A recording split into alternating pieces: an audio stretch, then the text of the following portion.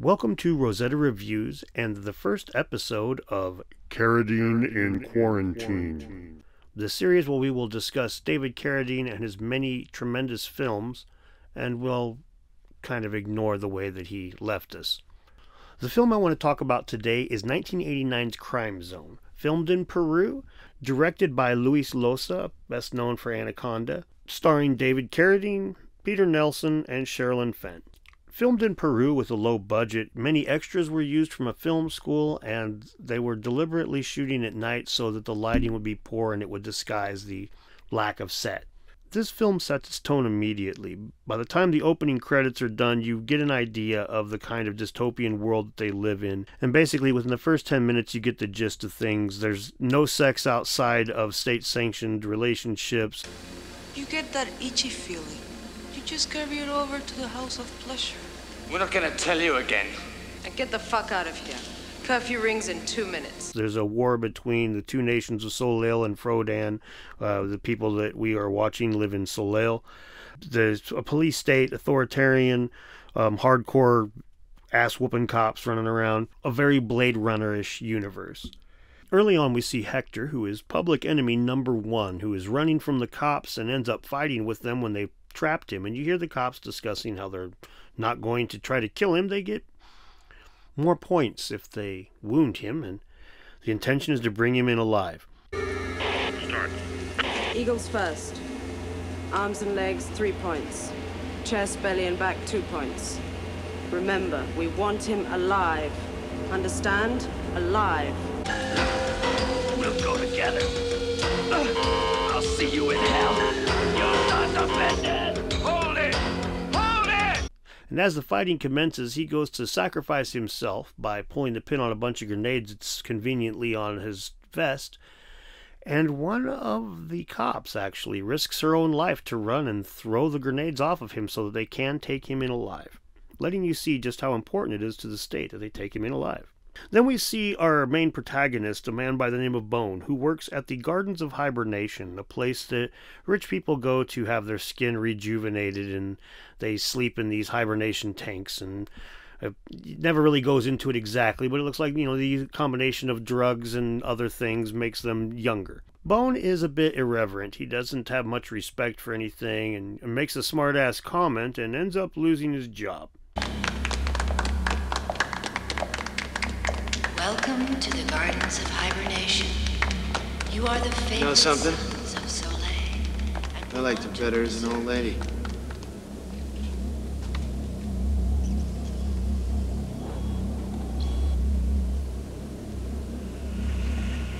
You know something?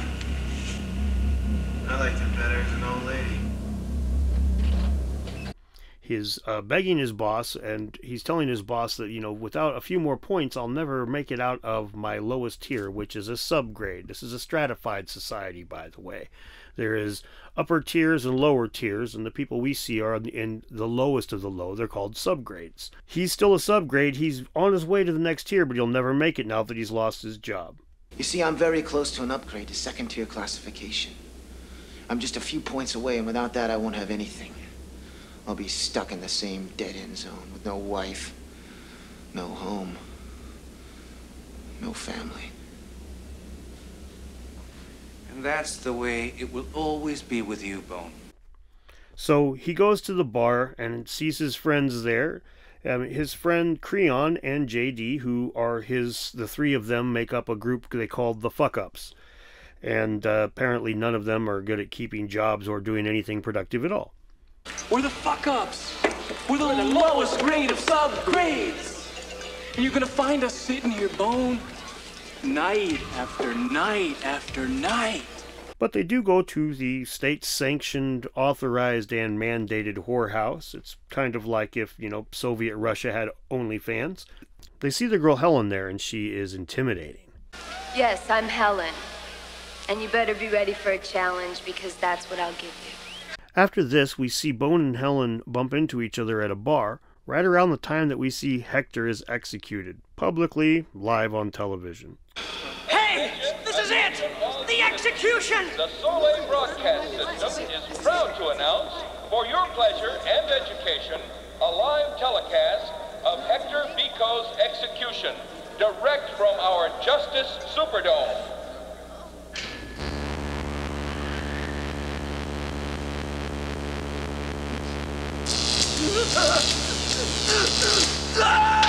Bone then decides he's going to meet Helen at her work. And he shows up there, and she doesn't realize it's him, and the two of them end up talking, and he convinces her that she wants to spend some time with him, and so they go back to Bone's house, and on the way there, the cops mess with them, and he definitely lets you know that they're not allowed to have sex outside of state-mandated things.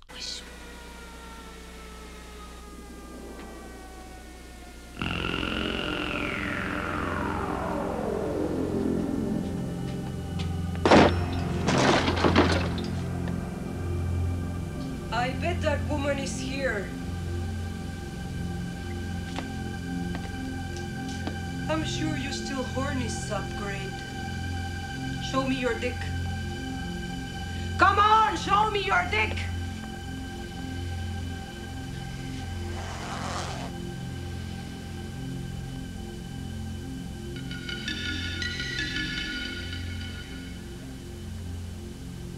Is that your normal size? Yes. Not bad. Watch out, subgrade. We'll feed it to the dogs. Well, then Bone and Helen go ahead and bone anyway. And the next morning, Creon comes over and sees Helen, and he's upset because apparently, in his mind, they should share everything, including women. I'm surprised at you, Bone. I mean, if I would have scored the bitch, I would have called up my old friend for a little piece of the action. JD too. Then Helen and Bone, they start going out in public together and like sneaking around, but together and kind of, you know, being edgy and risque and having a fun time, but not getting in trouble. And at one point, you see David Carradine watching them, and they're in a store, and somebody else is getting hassled by the cops, and Helen takes advantage of that opportunity to steal some money. And David Carradine's character, Jason, takes note of that. If you're gonna do it, hurry up. You're under arrest. I've got the money. Come on, Helen, hurry up. They're coming back. It's a mistake. I was going Said to you're pay. under arrest. Please, I'll pay. Please, I'll pay for it. I've got the money.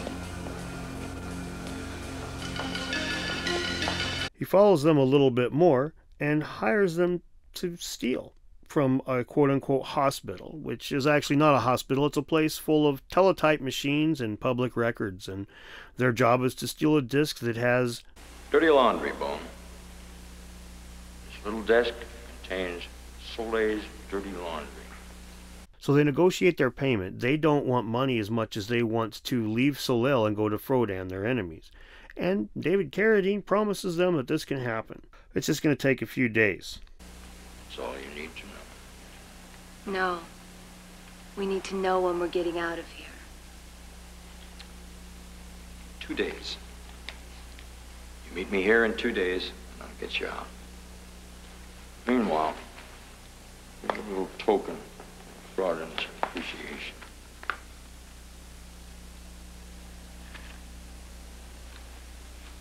Fuck, we did it! We're out of Soleil! Soleil! So they go back to Bone's apartment for a little bit of gun safety training. Put your finger on the trigger. I'll press it all the way, just a little bit.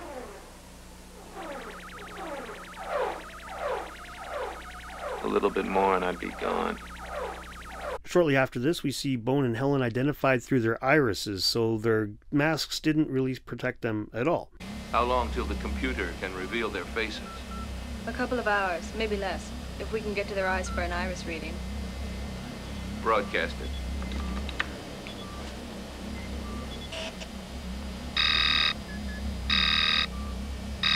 General Sandrux confirmed today that a military budget increase will be necessary to protect our national security after the removal of vital, secret information from the record center and probably passed on to Frodan. The police were able to identify the criminals a few minutes ago. Citizens of Soleil, please stand by for the official identification photographs. Here they are. Helen and Bone. My blazing balls. Years of all Soleil are closing in around you.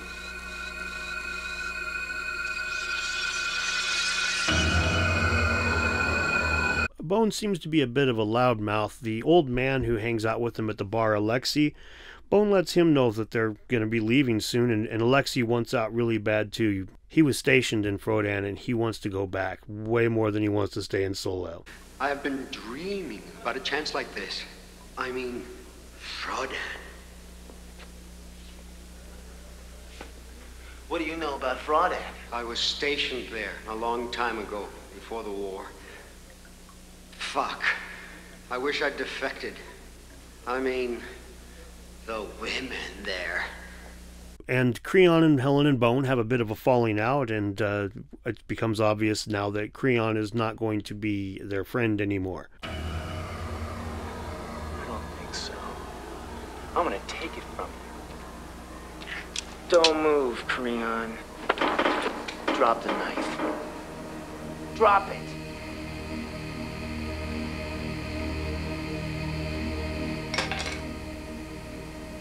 You're a traitor, Bone.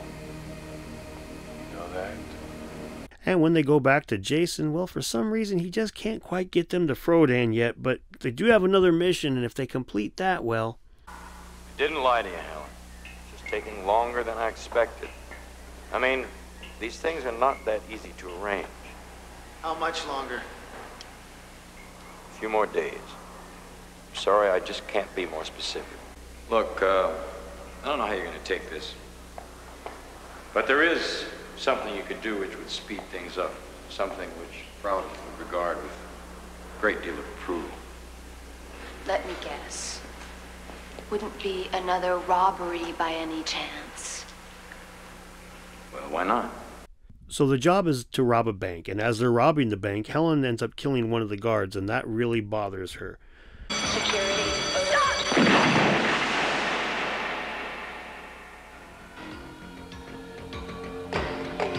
Then Bone ends up killing several guards. Doesn't seem to bother him so much at all.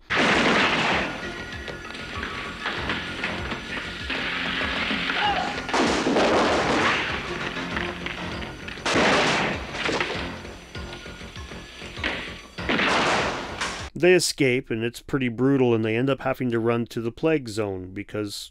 No one ever goes to the plague zone. So when they get to the plague zone, people in the plague zone are already aware of who they are. Helen! Do I know you? You don't know me, but I know you. And I know old Bone there, too. Captor dropped a pile of these a while ago.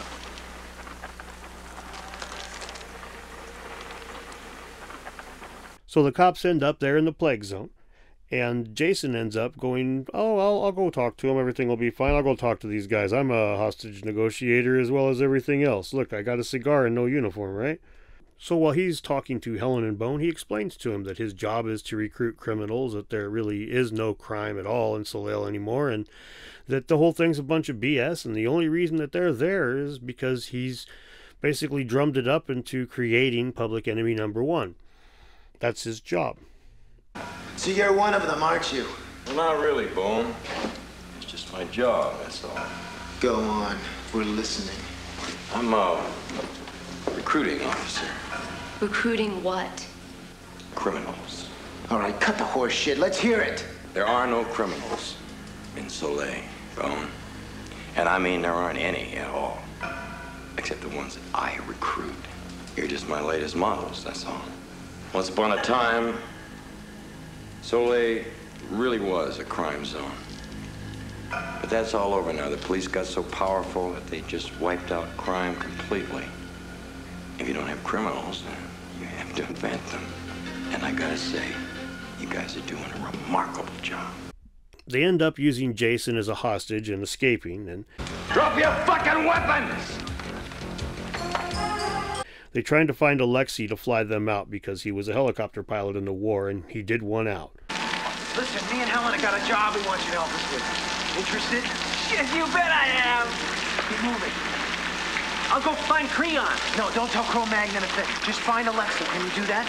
Find Alexei and ask him if he's interested in coming with us. Now, as Alexei, Bone, and Helen are planning their escape, Alexei mentions that they should go with money So Bone and Helen discuss one last job to make sure that they go with a lot of money when they leave, that they don't show up broke. And since Helen or Bone are no longer operating under Jason's supervision, he goes and talks to Creon a little bit and stirs the pot, basically trying to get him to do some of his work for him. A friend, Creon. Which is more than I can say for Helen and Bone, if you get my drift. I don't know what you're talking about. Of course you do. I haven't seen either one of them for ages. That? I think it's a shame. They're out there putting together some deal that you should be a part of. And you aren't, are you?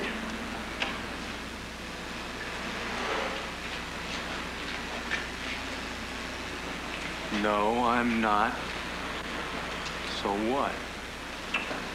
Well, there you are. No, there are ways you could get in on the action. Make a profit along the way. Perhaps we should talk, Creon. Okay, sure. We can talk. So Creon, he gets to JD and starts shaking him down to try to get some information. And while that's happening, we see where Bone and Helen are doing their last job at. That would be Bone's old job at the Gardens of Hibernation. And Bone and his old boss have a bit of a confrontation where we discover that Bone's old boss isn't exactly the goody two-shoes we took him for. I was expecting that, sir. I was expecting you too, Bone. You'll never get out of here alive, Bone. Oh, yes, I will. I've got a second life coming to me. And you know who's paying for it? The fourth tier. Yeah, well, you can rob them, you can kill them, but you'll never be like them, you subgrade. Yeah, but I'll never kiss their asses the way you do, you bastard! Wrong again, Bone. I hate them too, see?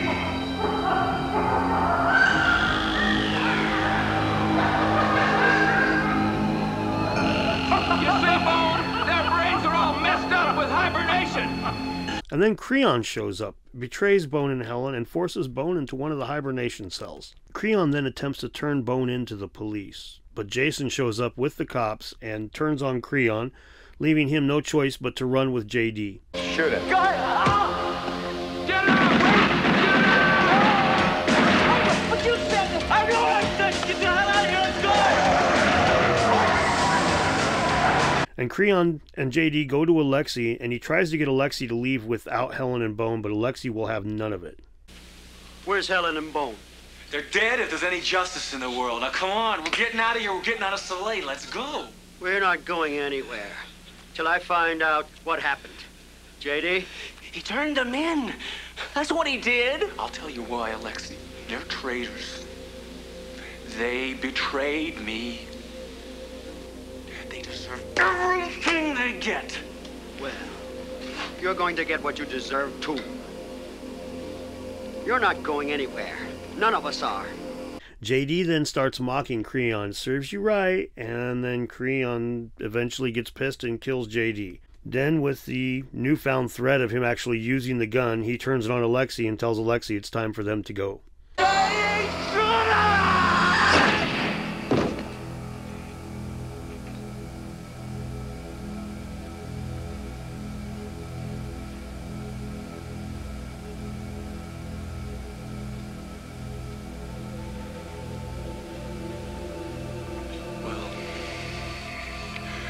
What's it gonna be, Alexi? When they get to the airport where the helicopters are at, Creon is forced to go up to the tower to get them to open the door to the hangar where the helicopters are at. All right, good. Now I'm gonna be back in a jiffy, old man. You just stay put. Just in case, for insurance. Keep you tight. In the time that Creon is shaking down the people in the hangar, Bone shows up and rescues Alexi, and they begin to pull the helicopter to the hangar door. The door does get open thanks to Creon's efforts, and they get the helicopter out. Creon comes out and shoots Bone and injures him as the cops start closing in. Then he cries and whines and complains. Fuck you! You stay down, boy! Swear I'm gonna cut you down! You'll die trying, you bastard! Shut up, you little bitch! I'm sorry, boy! I didn't want to shoot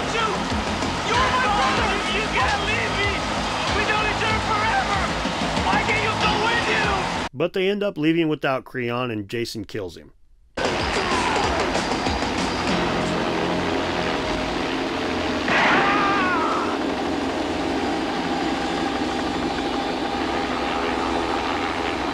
Then they get into Frodan airspace. The tower gives them permission to land as defectors. Frodan Tower, can you read me? There are 3 of us here. We are defectors. Defectors? Yes. We're seeking sanctuary in Frodan. Allow us to land. We read you, defectors. You're cleared to land. But when they get there, the airport's a junkyard. All the planes seem half disassembled. And there's skeletons in a lot of places. It's kind of a graveyard, actually. So Alexei runs into one of the hangars and sees Jason and one of Jason's assistants there. Jason's assistant then blows Alexei away with Jason's approval, while Helen and Bone watch horrified. Who are you?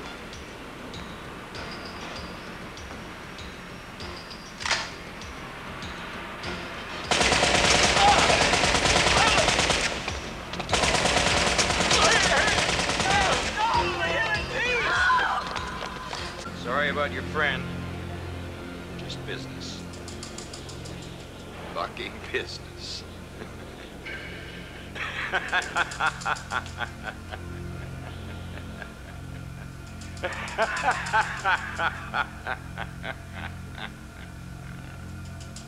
Just business, my dear. And then he explains to Helen and Bone that for whatever reason he's not going to shoot them and just leave them there, and he's gonna go. He came to kill Alexei, but not them. It doesn't really explain why he doesn't just kill them, but at the end of the day, Helen and Bone are there to live happily ever after on a deserted Frodan. You know, I really did want you to escape. I was sincere about that. I really admire the two of you. Really, I do. But if I told you the entire truth, you just would have given up. It's all right here. Remember this? Everything's on it. How Soleil destroyed Frodan maybe 20 years ago. Tells all about the radiation. Or I guess I should call it the plague, shouldn't I? Funny thing about radiation, it just won't stay where you put it. One little gust of wind, and you've got yourself a serious health problem. I don't believe it. You can believe it. Soleil would completely fall apart without its crime, its war. Too much depends on it. The army, the police, the entire economy.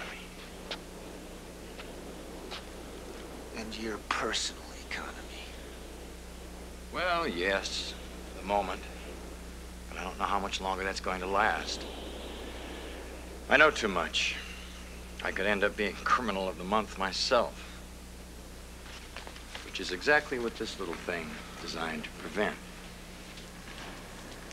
So I'll tell you what I'm going to say when I get back. We landed in Frodan. There was a nasty gun battle in which you killed my colleague here. And then somehow you got away. I'm also going to tell him this, that you're much more valuable to us alive.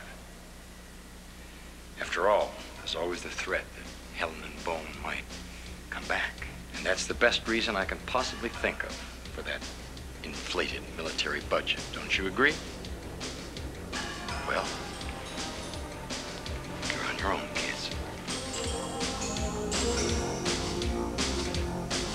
So what do I think of this film overall? Well, if you watch a lot of B movies from the 70s and 80s, no doubt you've seen David Carradine play a lot of different roles. And he's pretty good in this one, I'll be honest. He definitely is the best actor of the bunch. And he does bring a lot of charm to the role, definitely makes a person of Jason, which helps in films like this for sure. The plot is pretty good overall. I mean, it's not original. It's very 1984 / Blade Runner, but it's done well. It's a good universe. The low lighting definitely helps add to the atmosphere, where it ends up feeling like a very bleak world that they live in. It's always just a shithole is kind of the impression that you get, and that's definitely what they were going for, so that helps. Some of the casting could have been done better, but it's a low budget film, and I'm sure David Carradine wasn't free. I would say that probably the biggest problem that I have with the film at the end of the day is it's pretty predictable. Between the way that the story's written and the way that it's shot, you definitely can figure out what's going on long before it happens. And while that can be enjoyable for some people, myself, I do like to be tricked a little, especially in a film like this where it's supposed to have some twists, and the twists are like telegraphed 20 minutes before they come, sometimes even longer than that. Would I recommend this film? Oh, abso-freaking-lutely. It's David Carradine. I mean, just look at the freaking cover art. Look at that. Do you know how long I wanted to see that when I was a little guy and I had to wait until I got the chance? I mean, look at that. It's definitely worth watching. You probably won't watch it 10 times a year, but I wouldn't be surprised if you catch yourself watching it 1 or 2 times a year if you're the type of person that likes to watch good B movies. It is a good B movie. All right, well, thank you very much for paying attention if you've made it this far. Think about maybe giving the video a like or a dislike if you hated it, and you can give me a subscribe, which would definitely help algorithms and all that crap they say. I don't know exactly how it all works, but it can't hurt, right? And let me know if you would be interested in more Carradine in Quarantine. I think he's got a number of films that are worth reviewing, and I wouldn't mind doing it, but you guys let me know what you think.